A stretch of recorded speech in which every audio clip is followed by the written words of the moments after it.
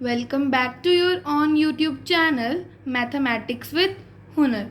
So today we are going to discuss exercise 6.3. हमने इसकी introduction part तो cover कर लिया है. नाउ अब हमें क्या डिस्कस करनी है? Exercise 6.3 questions.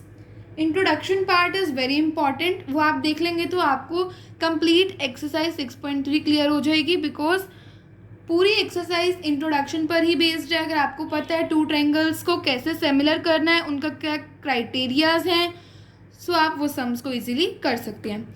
And exercise 6.2 and 6.1 videos link are in the description, so you can watch these also. So now let's get started. But before this आपको पता है आपने क्या करना है? Subscribe and press the bell icon and also like भी कर दो और कमेंट भी. नाउ देखते हैं question 1. State which pairs of triangle in the given figures are similar. हमें ये बताना है कि आपको 1 पेयर दे रखा है ईच पार्ट में. क्वेश्चन 1 के 6 पार्ट्स हैं. हर पार्ट में आपको 1 पेयर गिवन है ट्रायंगल का, यानी 2 ट्रायंगल्स गिवन है. आपको बताना है कि वो ट्रायंगल्स सिमिलर हैं या नहीं. अगर आपने इंट्रोडक्शन पार्ट देख लिया तो ये आपके लिए वेरी इजी क्वेश्चन है.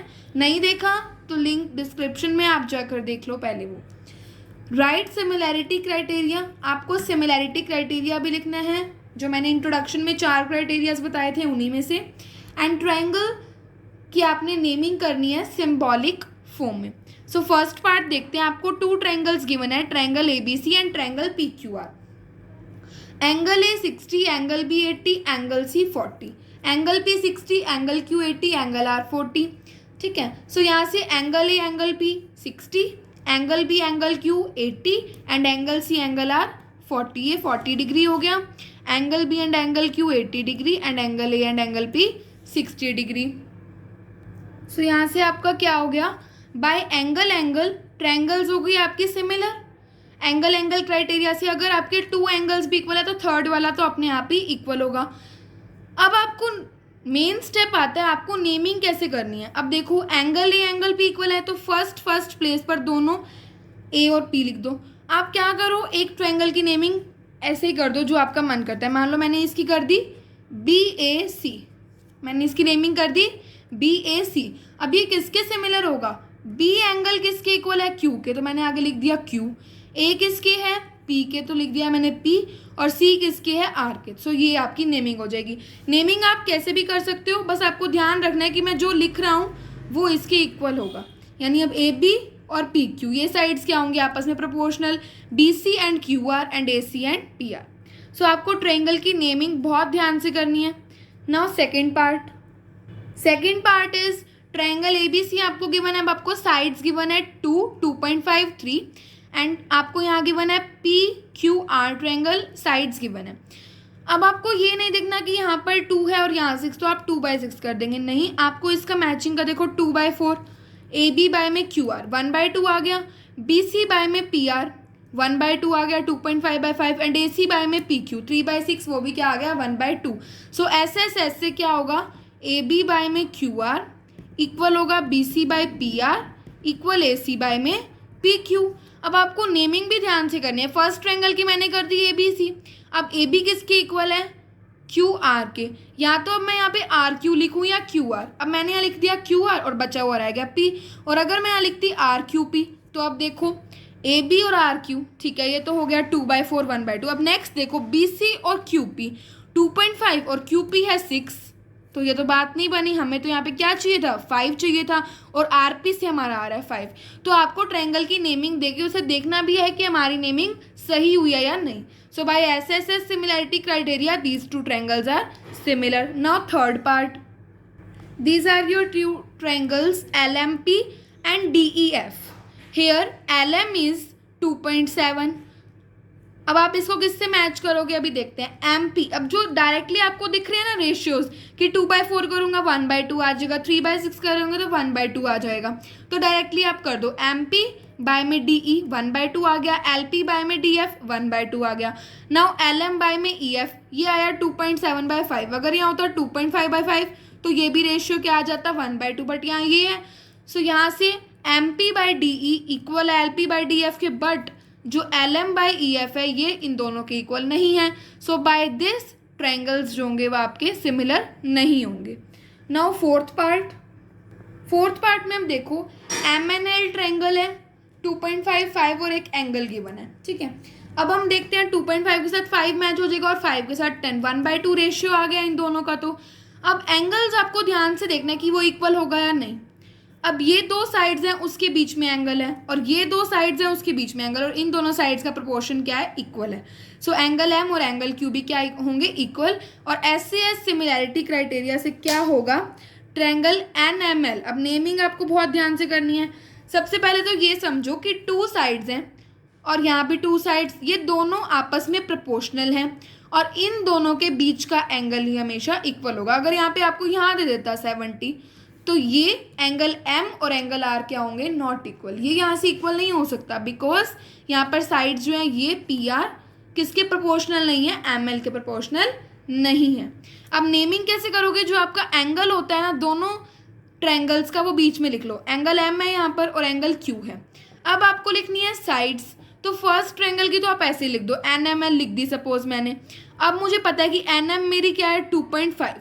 सो यहाँ से मेरी फर्स्ट 2 लेटर्स क्या होनी चाहिए, क्या साइड होनी चाहिए, 5 वाली। तो यहाँ से मैं लिख दूंगी PQ। और आगे मेरा है ML मेरा है 5, तो यहाँ से होना चाहिए QR 10, तो QR।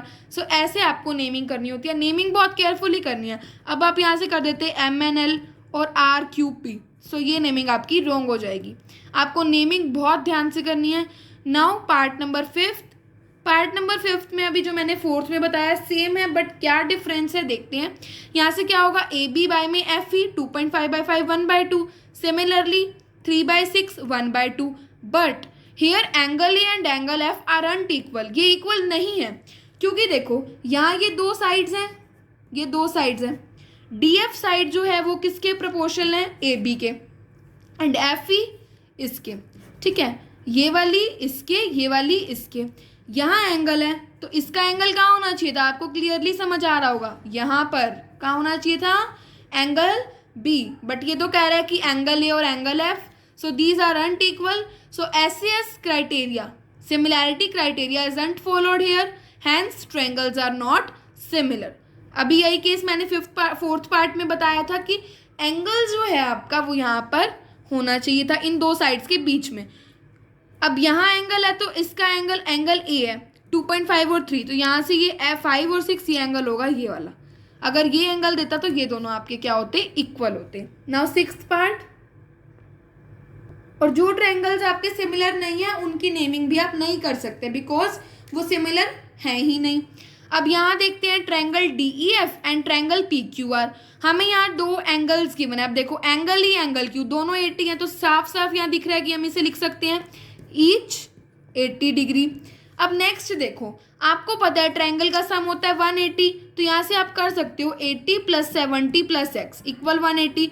यहाँ से x आपका आ गया 30, ये 30 आ गया और ये 30 गिवन है। सो एंगल F और एंगल R यहाँ से इक्वल हो जाएंगे। जैसे ही आपके 2 एंगल्स जो हैं वो इक्वल हो जाते हैं, सो एंगल सिमिलैरिटी क्राइटेरिया से आप लिख सकते हैं कि ट्रायंगल्स आर सिमिलर। आप क्या लिख सकते हैं कि ट्रायंगल्स आर सिमिलर। थर्ड आप दिखा दो, थर्ड तो हमेशा सिमिलर होगा ही होगा अगर 2 एंगल्स आपके सिमिलर हैं। मैंने आपको यहाँ पर दिखा दिया angle D equal angle P, आप इसमें लगा लो 80 + 30 + x equal 180। Angle sum property from there x will be equal to 70। यहाँ पे y मान लो क्योंकि ये 2 अलग अलग एंगल्स हैं, तो y आ गया 70। सो यहाँ से D और P क्या होंगे, इक्वल होंगे। अब एंगल्स वाला लिखना बिल्कुल ईजी है, यहाँ से कुछ भी नेमिंग कर लो, DEF कर ली मैंने सपोज, तो यहाँ से क्या होगा, D के इक्वल है P, तो फर्स्ट नंबर पे आ जाएगा P। E के इक्वल है Q, फर्स्ट नंबर पे, सेकंड नंबर पे E है तो यहाँ भी सेकंड नंबर पे Q। F बचा हुआ तो ऐसे ही लिख दो। अब यहाँ से मान लो मैं कर देती, मेरा मन किया मैंने कर दी FDE, कुछ भी कर सकते हैं, ये हमारी चॉइस है, जैसे हमारा मन करे। सो F के सिमिलर क्या है, R, तो मैं सबसे पहले लिख दूंगी R। D के सिमिलर है P, फिर मैं लिख दूंगी P और बचा हुआ Q ही है, तो आप ऐसे भी कर सकते हो, ये आपकी चॉइस है। सो ये आपका क्वेश्चन 1 था, बिल्कुल ईजी था। अगर आपको इंट्रोडक्शन पार्ट क्लियर था तो यहाँ पर आपको सिर्फ क्या देखना था कि triangle similar and then you have to use the criteria, और आपको फिर नेमिंग करनी थी। So that's all for today. Do like, share and subscribe our on YouTube channel Mathematics with Hunar. Thank you.